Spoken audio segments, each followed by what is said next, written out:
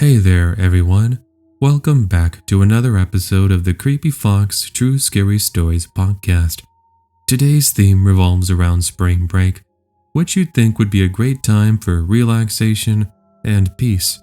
But as you're going to find out from these experiences, that's not always the case. Now, joining me today on this week's episode is fellow Scary Stories narrator Let's Read.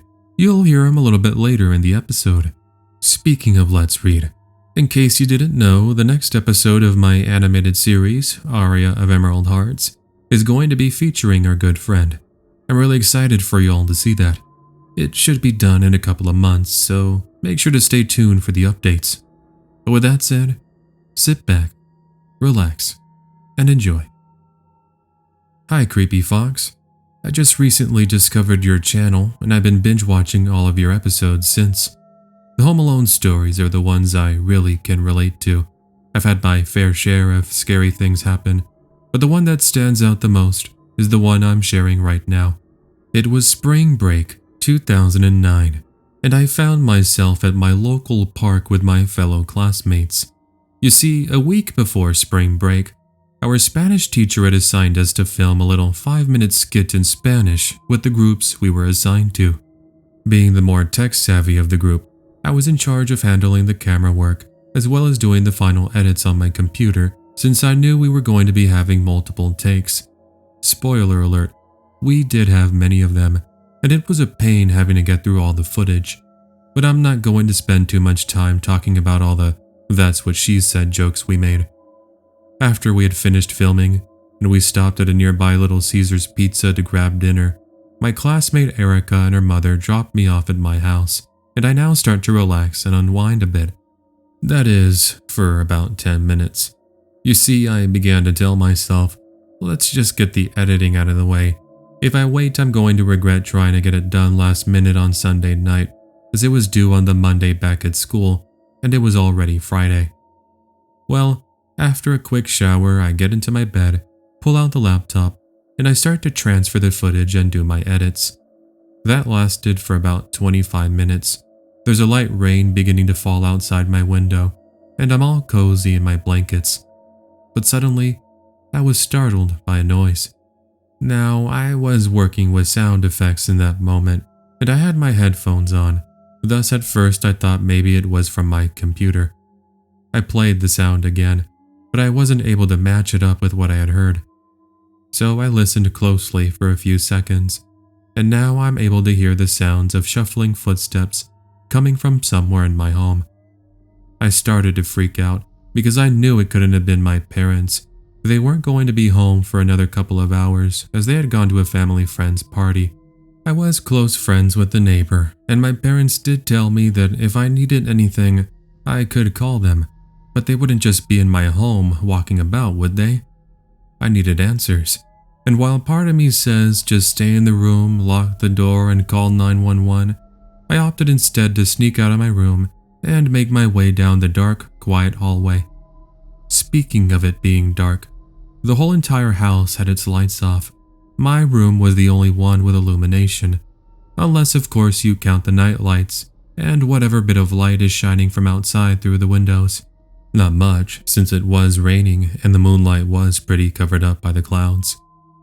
At any rate, I did peek around the corner of my hallway, which gives me a view of the main living room and the kitchen, and when I looked towards said kitchen, I saw it.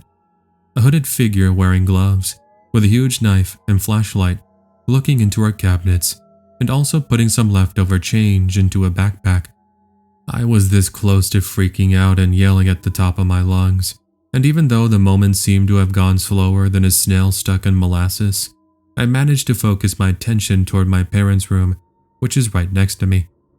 Under the bed was my dad's shotgun, and if I grabbed that bad boy, I could chase this man out of my house.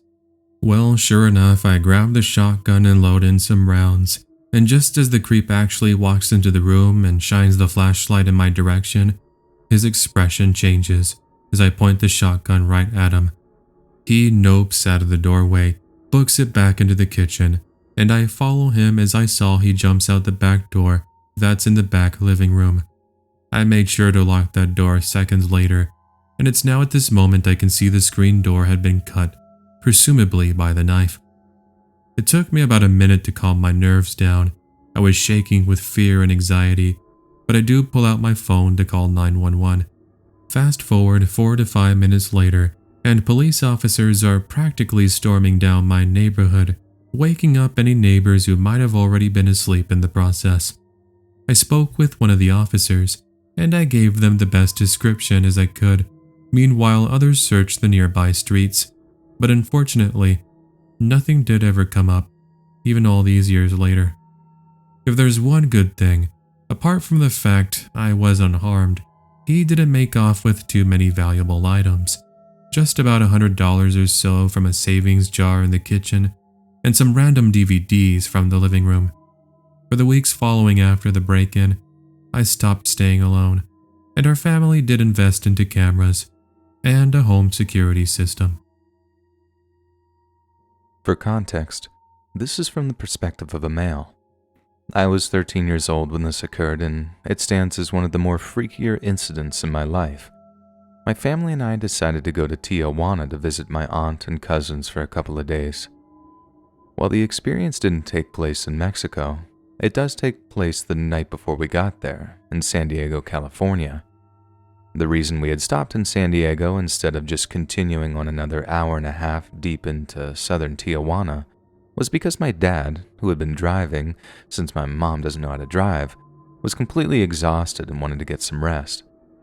I couldn't really blame him since we had been driving all day from Northern California and his back had to have been killing him. So after stopping to get some dinner at a Burger King, because who doesn't love their chicken nuggets and french fries drenched in barbecue sauce, we checked into a Motel 6 at roughly 8 p.m., and we soon are relaxing in our own room. My mom and dad ended up falling asleep almost instantly, but I myself stayed up a little bit longer playing Pokemon on my Game Boy Color. At about 11 p.m., I started to get a craving for some snacks. I crawled out of the comfort of my bed, quietly tiptoeing over to the small closet we left our stuff in, and I looked into my dad's bag of treats. I noticed all that was left were Fritos. Not really a big fan of Fritos even today, so after almost deciding to just get some and deal with it, I remembered that just across the street there was a 7-Eleven that was open. Normally my parents wouldn't have allowed me to have gone over there on my own, and while I was going to wake one of them up, I knew for a fact that they were going to say no. Alrighty, then what were my options? I could just ignore my cravings and be a good kid, or I could be rebellious and grab a few dollars from my dad's wallet, quietly sneak out and walk over to the 7-Eleven and be back way before they notice I'm gone. The plan was set. I slipped into my tennis shoes, put on my sweater, opened the door ever so slowly, taking advantage of both my parents being heavy sleepers, and I'm now making my way over to get my food. 2 minutes later, I'm in the 7-Eleven being welcomed by the employee at the cash register. I said hello and then make my way over to the aisle of chips where I opted to go grab some Cheetos and then some Twinkies in the neighboring aisle. With those secured, I made my way toward the back where all the sodas are located to grab a Pepsi, and at this moment, I happened to turn to my right and look out the window. Standing there just staring at me with this very strange expression across his face was what I guessed to be a homeless man. I recall his disheveled appearance, as his eyes continued to follow every one of my movements. It did freak me out a bit, but I ignored him and quickly grabbed my drink and headed to the cashier so I can pay. "Hey, did you notice the man standing outside?" I asked the cashier out of curiosity. "No, I haven't.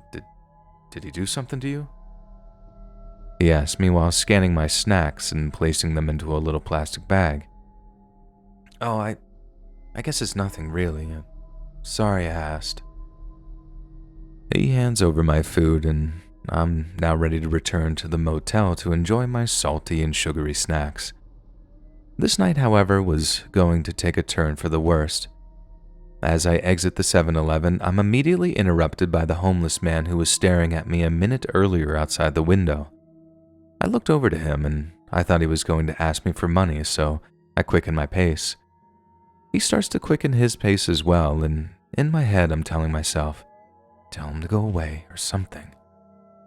I do utter those words, and when I turn back around to look at him, all the hairs stand up on the back of my neck.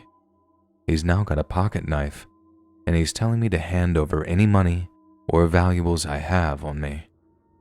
Too bad for him, all I had was the bag of Cheetos, Twinkies, and the soda. Hand over your wallet, kid, or you're gonna get shanked. I recall him saying in a very strange tone. No way was I staying around. I started my engines, so to speak, and I bolt across the crosswalk, luckily being welcomed by the sight of the light being red. I did notice in my peripheral vision a vehicle pull up at the light, and it wasn't until I hear someone yell to drop the knife that I look behind me. It was a police officer, thank God. The creep, seeing that he's been busted, actually drops the knife and surrenders right there and then. That was probably the best thing he could have done. In any case, I did get in trouble with my parents for going out without their permission, but the fact I was unharmed and safe did override their anger. That was essentially the end of my experience. I did give officers my statement, and after it all ended, they left. The next day we made it to my aunt's house, but admittedly, I was pretty exhausted and still a bit traumatized. Anyway, that was the story of the time I got chased by a knife-wielding creep. But luckily a police officer was right there at the right place at the right time to help me out. This was something that happened in the late 1990s when I was living in a small town outside of Nelson, Canada. I was 20 years old at the time, and I was looking for a place to work to earn some extra money. Luckily for me, my dad was friends with a man who was looking to hire some new employees at an electronics store he owned. It didn't take too long, but after a fairly simple interview that literally consisted of a couple of questions, I was immediately hired. Right away, I got along with my fellow coworkers, Jason and Maria, and we soon connected with our interest of movies and video games. Jason and Maria were very friendly, and the job there was very simple, even if that meant we rarely got any customers. Speaking of customers, as I look back, I'm surprised this story even lasted that long. I soon became familiar with the customers, until one day, he started showing up, and odd things started to occur. I recall one afternoon I was the only one working, and I was at the front desk on my phone messaging my friend. I don't remember exactly what it was we were talking about, but I'm pretty sure it had to do with sports. I want to say it was around 5 p.m. on a Sunday afternoon, when all of a sudden this guy showed up. Note that on Sundays we're closed early at 6 p.m., and up until this point nobody had shown up since 1 p.m. Anyway, I welcomed him into the store, and he proceeded to look around, and right away I felt something was weird about him. For starters, he didn't even say anything when I welcomed him in, which is fine, but he just kept his hands in his jacket and never once looked at me. Speaking of jackets, he was wearing an older-looking rain jacket with dark pants and matching boots. It would have been normal if it were cold, but it was at least 85 degrees that day, not exactly something I would have expected. Well, as he was walking around, he was soon out of my eyesight as he appeared to move to the back of the store. I kept an eye on him through the monitor next to me, and now he appeared to just stand still and stare down the aisle through the shelves. I found this to be quite bizarre, and I began to realize that he had been looking at me the entire time through the shelf, not so much at the electronics on display. Pretty weird, and I did start to get a bit nervous. That was when I called my boss and told him about what was happening. He was actually about 20 minutes away from the shop where he would soon join me to close. I tried to act normal since he hadn't really been doing much else, and finally I watched as he started heading towards one of the back rooms where he attempted to open it. Bear in mind, this door was locked and you have to use a key card to open it. He kept trying to open the door, and this is when I finally got up to tell him he needed to leave. "I'm sorry, sir, but that area is for employees only. I'm going to need you to leave since we're about to close this door." At first, he didn't say anything. He just stood there with a confused look on his face. Finally, after what seemed like 30 seconds, he says, "Oh, okay, I didn't know. I thought this was the exit to leave the store. I mean, there wasn't even an exit sign back here. It was locked, and it even said employees only on the top of the door. Whatever. He finally leaves and my boss shows up and we proceed to close.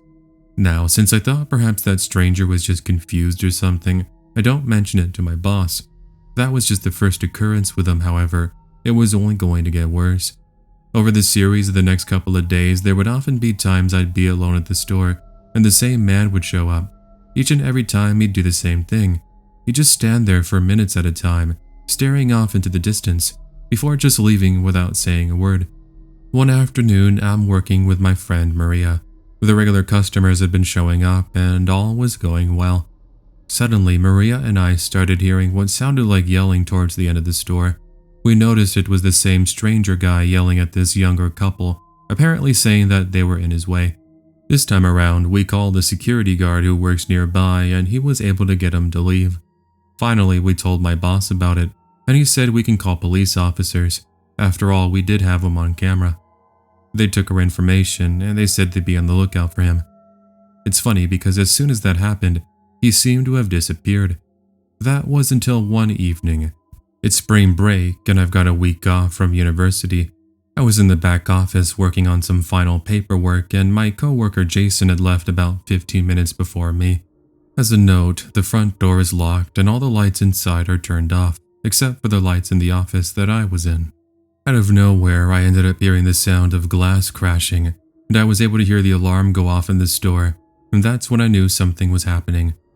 Immediately, I turned off the lamp from my desk, and I take a look through the monitor.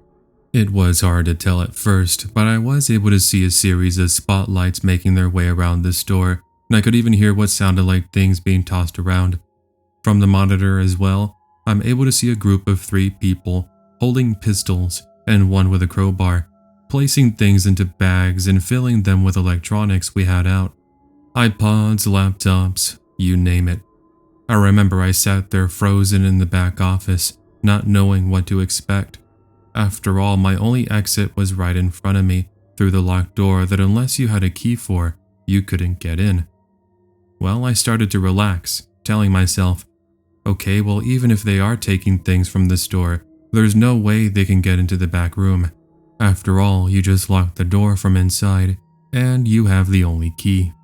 Well, I reached for where I thought I placed my key, but I realized I'd made a mistake. Turns out I left my key at the front desk where I was working earlier.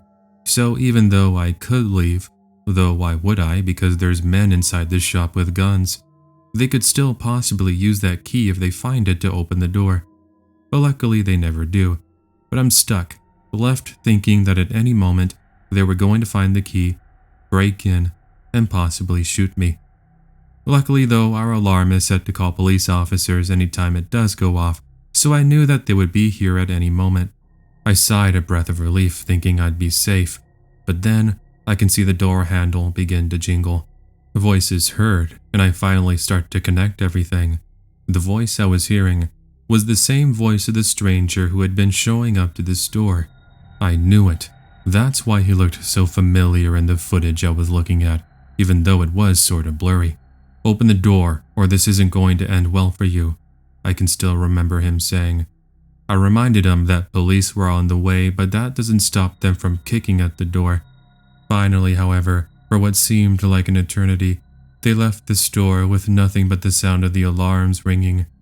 After a few minutes, the police got there, and I pretty much ran out of that room, jumping right into the arms of a police officer and crying my eyes out.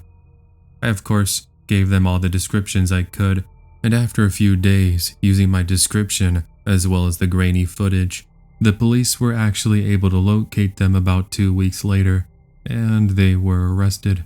Talk about justice being served. I actually still talk to my coworker Maria, even though we live hundreds of miles apart and we've got our own families and lives. Just recently we had talked about this, and I told her that I would be sending it to a narrator called the Creepy Fox. She told me she'd be really excited to hear you narrate it, so you should be expecting a brand new listener. This happened during spring break of 2010, when my family and I went to Mexico.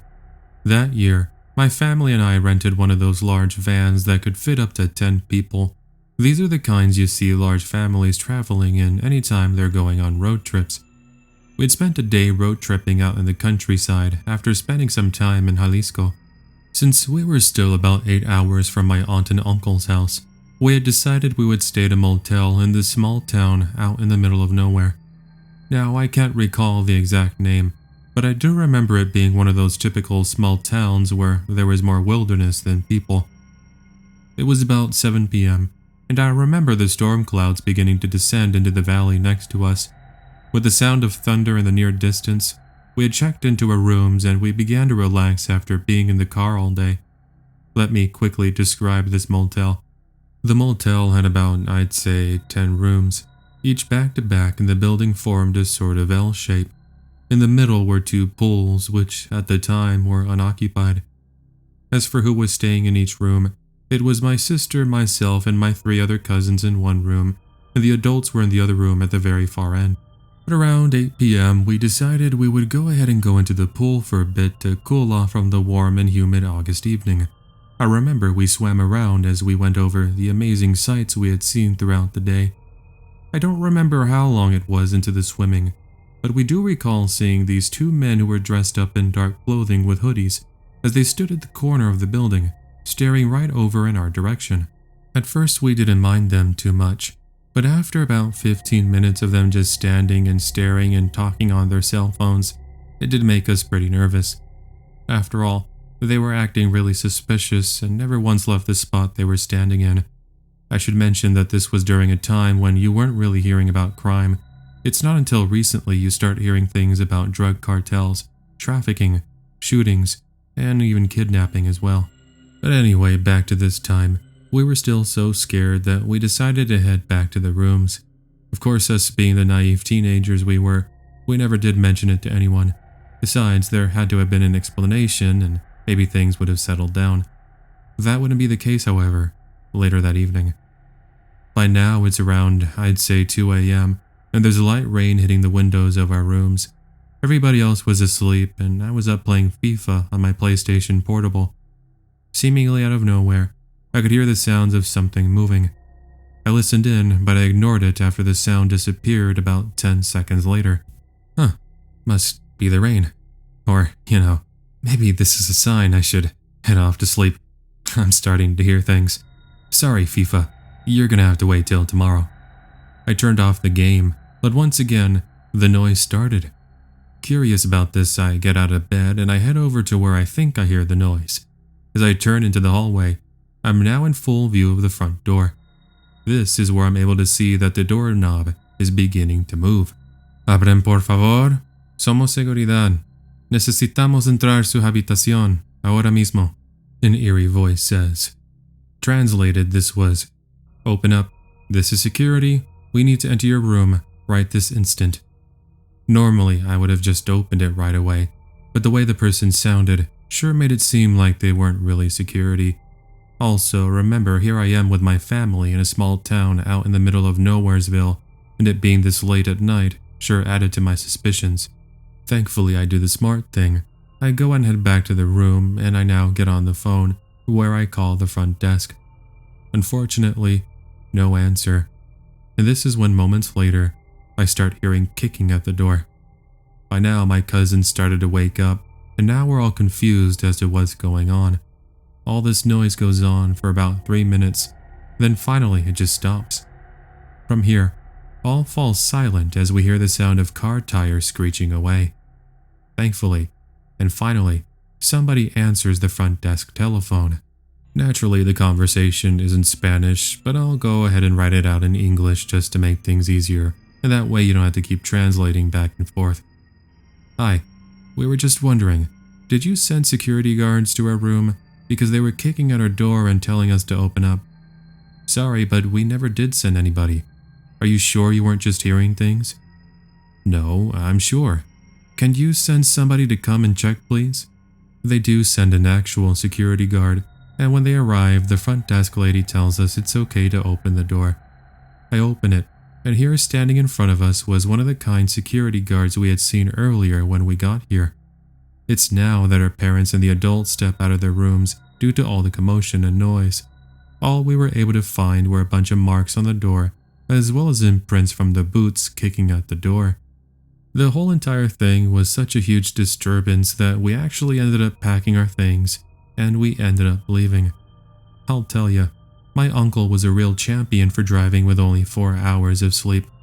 As for who exactly those so-called security guards were, we don't know, but we did end up hearing about something very gruesome happening there a couple of weeks later. We were now back home in California, and school had now started. One afternoon during dinner, my mom mentioned she had a conversation with my uncle over the phone. It turned out that in that same town, at that same hotel, some cartel members ended up breaking into somebody's room. And well, you can imagine the rest. They were shot up, and unfortunately, there were casualties. Hearing those details really sent chills down our spine, especially considering we were there not too long after that shooting took place. So the question still remains, were those two that tried to break into a room part of the cartel? Or was this something completely unrelated? Not sure, but it is something I'll think about anytime I'm home alone or I'm by myself. Hey everyone, I hope you're enjoying the episode so far. As a reminder, we got a few more weeks left on the St. Jude's charity here on the Creepy Fox. So if you wanted to go ahead and check it out, or simply just share it with your family and friends to help spread the word, then make sure to do so. Let's continue to work together to help spread some magic and raise some money for a good cause. Anyway, back to the stories. You know what vacations are supposed to be good for? They're supposed to be a time when you can put all your worries behind you and spend time for yourself, relaxing and enjoying life. That's what I was looking to do 5 years ago when I went to Cancun for spring break. This was the first time I'd ever be going to a different country, and going to a resort like Cancun was definitely on my list of things to do. Anyway, before I even settled to go there, I had spent some months figuring out where I wanted to go for vacation. You see, at the time, I was in nursing school trying to become a nurse. This meant hours upon hours of classes and training. Regardless, I was at the student union studying for an exam when I noticed a flyer at one of the post boards. This was a place where students would post adverts and notices for club activities and various other events. There I saw this deal that my university was doing that would give students the opportunity of a lifetime to go on vacation for spring break. I'll admit I had a lot on my plate, but I knew that if I didn't get away from the books, I was going to go mad. So anyway, back to Cancun. The resort I was staying at was large. It featured swimming pools, endless all-you-can-eat buffets, music, entertainment, and so much more. Of course, my event didn't so much happen at the resort itself. I do forget exactly which day of the week it was, but I had decided to go into the nearby town to go and check out everything. That night, the city was throwing a huge festival that featured live music and food stands for miles. I can still remember grabbing some tacos and freshly made mango water while I walked around checking out the artwork. While I walked around, I ended up stopping at this little shop that featured various art pieces that seemed to resemble different animals. Of course, since my favorite animals are lions, I ended up grabbing a couple of lion souvenirs. It's as I'm paying, I noticed this man who walked up to the store. Now, I know a little bit of Spanish, so I did understand some of the things he said. Hola, nomás quería decir que eres muy bonita. Tal vez puedo hablar contigo más? ¿Quieres ir al café?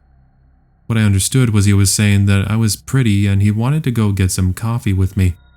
That would have been fine if I knew this man, but this was a complete stranger.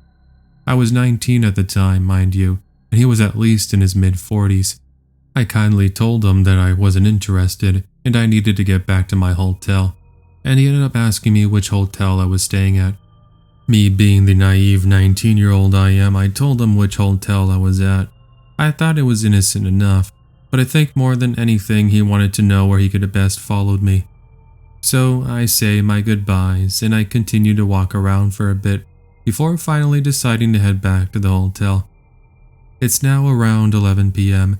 and the city is just starting to get busy. As I leave the major downtown area, the streets started to become quiet. I'm crossing different streets passing by some people when one of my shoes became untied. I got to tie my shoe and when I looked up, I noticed somebody familiar. Remember the man from earlier who invited me for coffee? Now he's back. I couldn't understand this though. How did he know I was here? I hadn't seen him since the festival. Was it possible he had been following me without me realizing? I did think it was sort of weird, so I just passed by him and tell him to have a good night. I guess he wasn't having any of that because he started to follow me, heading the same way I was. "Excuse me, sir, but is there anything you need help with?" "Sorry, I work in this area. I was just going home." I wasn't really buying this, to be honest. There weren't even any homes this way. They were way back the other way I came from. This is when I called him out on it and I said, "Oh, you must mean the homes over there.